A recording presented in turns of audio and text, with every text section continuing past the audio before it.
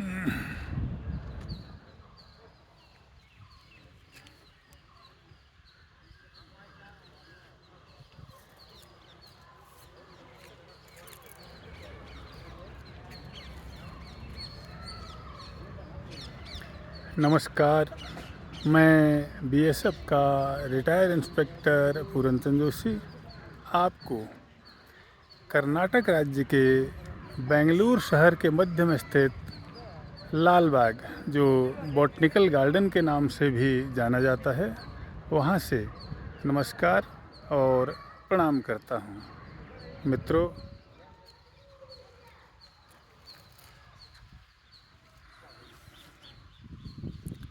इस लाल बाग botanical garden यानी कि वनस्पति उद्यान की स्थापना भारत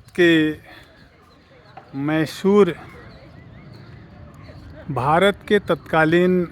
मैसूर राज्य के सुल्तान हैदर अली द्वारा 1760 ईस्वी में की गई थी। उस समय इसका साइज थोड़ा छोटा था, लेकिन बाद में इस गार्डन को धीरे धीरे इसमें कुछ और हिस्से जोड़ते हुए 240 एकड़ तक पहुंचा दिया गया। हैदर अली के द्वारा स्थापना किए जाने के बाद इस बाग को उनके लड़के टीपू सुल्तान ने आगे बढ़ाया और इसमें विभिन्न प्रकार के हजारों किस्मों के शीतोष्ण और समशीतोष्ण पौधे लगाए गए, जो आज भी यहाँ पे 200-300 साल के बाद मौजूद हैं। और साथ ही इस उद्यान में, जो कि उद्यानों का बहुत शौकीन था, उसने अपने मैसूर रियासत के कई शहरों में उद्यानों की स्थापना कराई थी और उसकी देखरेख के लिए आदमी रखे हुए थे। और इस 240 एकड़ में फैले विशाल लाल बाग वनस्पति उद्यान यानी कि बॉटनिकल गार्डन को आज भी देखने के लिए सैकड़ों कर्नाटक सरकार के कर्मचारी यहाँ पर दिन और रात एक करके लगे रहते हैं। मित्रों, इस उद्यान में हजारों किस्म के देसी और विदेशी गुलाब, हजारों किस्म के देसी और विदेशी फूल, पत्तियाँ, वनस्पतियाँ और पौधे यहाँ पर देखने को मिलते हैं, जो कि 12 महीने अपने छटाएं बिखेरते रहते हैं, क्योंकि यहाँ का मौसम, जो कि लगभग पूरे वर्ष भर एक जैसा ही बना रहता है, और इस कारण यहाँ पर मौसम का यहाँ की वनस्पतियों और फूलों के फलने फूलने और पुष्पित और पल्लवित होने में कोई फर्क नहीं पड़ता है। यहाँ पर कमल के तालाब, रोज़ गार्डन, फूलों की क्यारियाँ और कई एकड़ में फैले हुए हरे उद्यान मौजूद हैं। ये सामने आप जो ग्लास हाउस देख रहे हैं, यह ग्लास हाउस अंग्रेज़ों के शासन में इसका उद्घाटन 30 नवंबर 1898 को अंग्रेज़ों द्वारा किया गया और इस ग्लास हाउस में आज भी साल में 2 बार पूरे विश्व के फूलों की बहुत बड़ी प्रदर्शनी लगती है। इस बाग की देखभाल के लिए अंग्रेज़ों के समय में प्रिंस अल्बर्ट विक्टर और जॉन कैमरून को इसका अध्यक्ष बनाया गया था। साल भर में लाखों पर्यटक यहाँ पर इस बाग को देखने के लिए आते हैं। इसके लिए कोई विशेष सीजन की आवश्यकता नहीं होती है। यहाँ पर जब इस बाग की 1760 में स्थापना की गई थी, उस समय से लेकर के अब तक लगाए हुए हजारों पेड़ आज भी अपने शाखाओं को फैला करके करतल ध्वनि से पर्यटकों का स्वागत करते हैं। ये वही पेड़ हैं जो कि आज से लगभग 400-500 वर्ष पूर्व पहले सुल्तानों के द्वारा, उसके बाद अंग्रेज़ों के द्वारा और उसके बाद भारत सरकार के द्वारा लगाए जाते रहे और इनकी सुंदर रूप से देखभाल भी होती रही। पौधे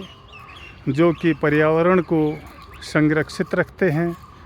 प्रदूषित नहीं होने देते। आज भी अगर आप बेंगलोर का AIQ चेक करें, यानी कि यहाँ का जो प्रदूषण का रेट है उसको चेक करें, तो ये कभी भी 100 तक तो जाता ही नहीं है। लगभग 40 और 60 के बीच में रहता है। यहीं के पुराने वृक्ष जो कि अपने उम्र को पूरी करके गिर जाते हैं, उन्हीं से ये मच्छियाँ, डायनासोर और मगरमच्छ यहाँ पर कलाकृतियों के रूप में बना करके रखे गए हैं। यह उद्यान 1760 से लेकर के अब जो कि अपने 500 साल पूरे करके 6वीं सदी में इस समय कदम रखे हुए हैं और दिन प्रतिदिन अपने वैभव को, अपनी सुंदरता को और अपने प्रदूषण मुक्त वातावरण को बनाए हुए है और निरंतर उच्च स्तर पर पहुंचाते जा रहा है। यहाँ आने वाले दर्शकों में भारत सहित विश्व के सभी देशों के पर्यटक यहाँ पर आते हैं और इस बाग में फैले हुए सैकड़ों प्रकार के उद्यानों और फूलों का आनंद लेते हैं। फूलों से बनाया हुआ ये मिसाइल, रॉकेट और लकड़ी की कलाकृतियाँ और ये पुराने टूटे हुए पेड़ों पर भी कलाकृतियों को अंकित किया गया है और उनको संरक्षित किया गया है। ये भी सैकड़ों वर्ष पुराना पेड़ जो कि सूख गया था, उसको वहीं पर कलाकृतियों द्वारा सजा करके, संवार करके और पेंट करके एक नया रूप दे दिया गया। और इस बाग की विशालता और घनत्व, सुंदरता आदि के कारण जो भी भारत के या विदेशों के यहाँ पर रोज़ाना आने वाले प्रेमी जोड़ों को भी अपने प्रेम के इजहार का यहाँ खूब मौका और अवसर मिलता है। उसमें चाहे बॉयफ्रेंड और गर्लफ्रेंड हों, चाहे नवविवाहित जोड़े हों, चाहे एंगेज्ड जोड़े हों, चाहे किराए पर बनाई हुई जोड़ी हो या जवान, अधेड़ और वृद्ध, हर प्रकार के जो प्रेमी हैं वो यहाँ पे यहाँ के खिलते हुए फूलों और पत्तियों के बीच में अपने प्यार को भी एक नया रूप देते हैं, खिलाते हैं और उसको जीवन भर के जन्म मृत्यु तक का साथ एक दूसरे को देने के लिए, एक दूसरे के प्रति समर्पित रहने के लिए वो लोग यहाँ पे अपने वादे करते हैं, कसमें खाते हैं और अपना जितना भी उनके पास समय होता है उस हिसाब से मनोरंजन करके फिर अपनी मंजिल को तय करते हैं। जैसा कि आप देख ही रहे हैं, यहाँ पर हर प्रकार के लोग, हर प्रकार के उम्र के छोटे छोटे बच्चे, जवान, बुजुर्ग आदि आकर के इस गार्डन का, इसके सौंदर्य का, इसके प्रदूषण मुक्त वातावरण का और इसमें मिलने वाले एकांत का भरपूर आनंद लेते हैं और ठंडी ठंडी छाँव में बैठ कर के लोग थकान को उतारते हुए और फिर आगे बढ़ जाते हैं। हर प्रकार के जाली द्वारा इस गार्डन को सजाया हुआ पूरे, जिसमें बड़े बड़े वृक्ष भी फूलों से लदे हुए हैं और अपने सुंदरता की कहानी को कह रहे हैं।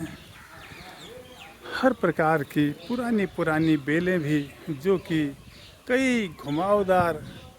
रास्तों से होते हुए ये घुमाव हमें भी ये संदेश देते हैं कि हमारा जीवन कितना घुमावदार है, कितना इसमें परिवर्तन आता है, संकट भी आते हैं, खुशियाँ भी आती हैं और हर प्रकार के मौके हमारे जीवन में आते हैं। लेकिन इतना होने के बाद भी हमें उससे घबराना नहीं है और इस जटिल पौधे के ऊपर खिले हुए फूलों की भांति हमेशा खिलते हुए और मुस्कुराते हुए रहना है। मित्रों, यह गार्डन जो कि बहुत ही विशाल है, जैसे मैंने बताया कि 240 एकड़ में फैला हुआ ये गार्डन, जिसको घूमने के लिए और आपको पूरा दिखाने के लिए लगभग 5 से 6 घंटे का समय, यानी कि पूरा दिन चाहिए यहाँ पहुँचने से लेकर के वापस आपके जाने तक 1 दिन पूरा लग जाता है। तो मैं इसमें आपको जितनी चीज़ें बताई हैं वो सारी चीज़ें तो घूम करके नहीं दिखा पाया, क्योंकि इतना घूमना मेरे लिए भी बड़ा मुश्किल होता है, और लेकिन इसकी कहानी को बता करके और भव्य सुंदरता को दिखा करके मैंने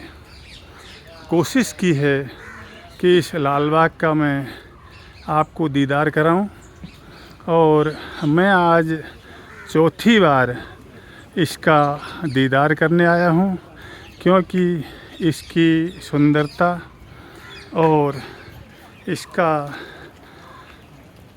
आकर्षण, अद्वितीयपन, वो मुझे यहाँ आने से रोक नहीं पाया। पहली बार इस उद्यान में मैं 1995 में फरवरी में तब आया था जब मैं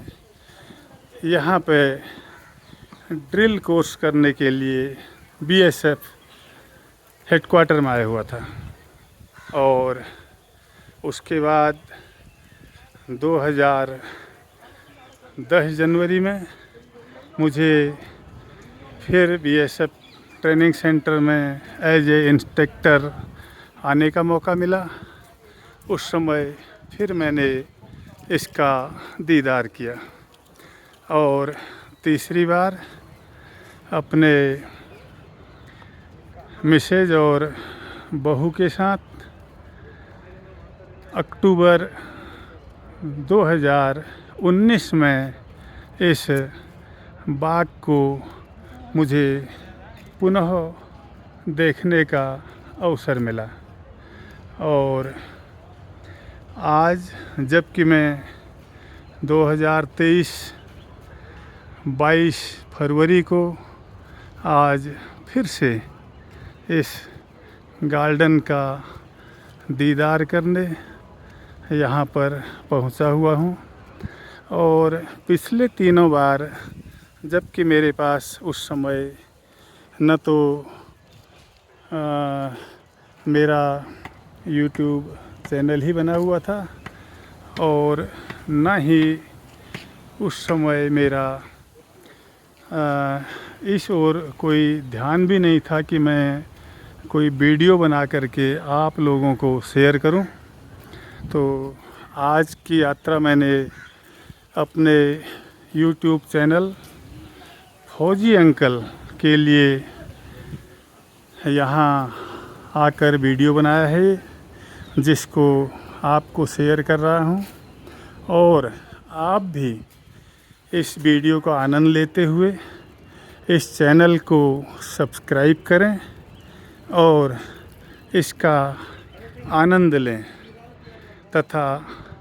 जब भी आप बेंगलुरु में आते हैं, चाहे आप घूमने के लिए यहाँ पे आएँ या अन्य किसी प्राइवेट या सरकारी काम से आप यहाँ पर आएँ, तो इस पार्क के दीदार के लिए ज़रूर आइएगा, ताकि आप भी दुनिया की हकीकत से, सुंदरता से और इस बाग की सुंदरता से रूबरू हो सकें। यहाँ पर आप देख रहे होंगे छोटी बैटरी चालित कारें भी रखी हैं, जिनमें यात्रियों को घुमाया जाता है। देश और विदेश के असंख्य पर्यटक जो कि यहाँ पर लगातार सुबह से शाम तक बने रहते हैं और अपने यात्रा का इस बाग में घूम करके आनंद लेते हैं। अभी मैं अंदर घूम करके और वीडियो बना करके इस बाग के गेट नंबर 2 की ओर बढ़ रहा हूँ, और यहीं से मैं अपनी यात्रा को, लाल बाग की इस यात्रा को समाप्त करके और आप लोगों से इजाज़त चाहूँगा। और रिक्वेस्ट करूँगा कि आप लोग भी इस बाग का आनंद लेने के लिए, इसको देखने के लिए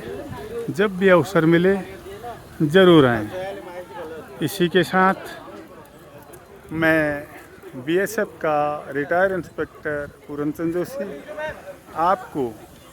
लाल बाग यानी कि बॉटनिकल उद्यान बेंगलुरु से नमस्कार, प्रणाम और जय हिंद करता हूँ।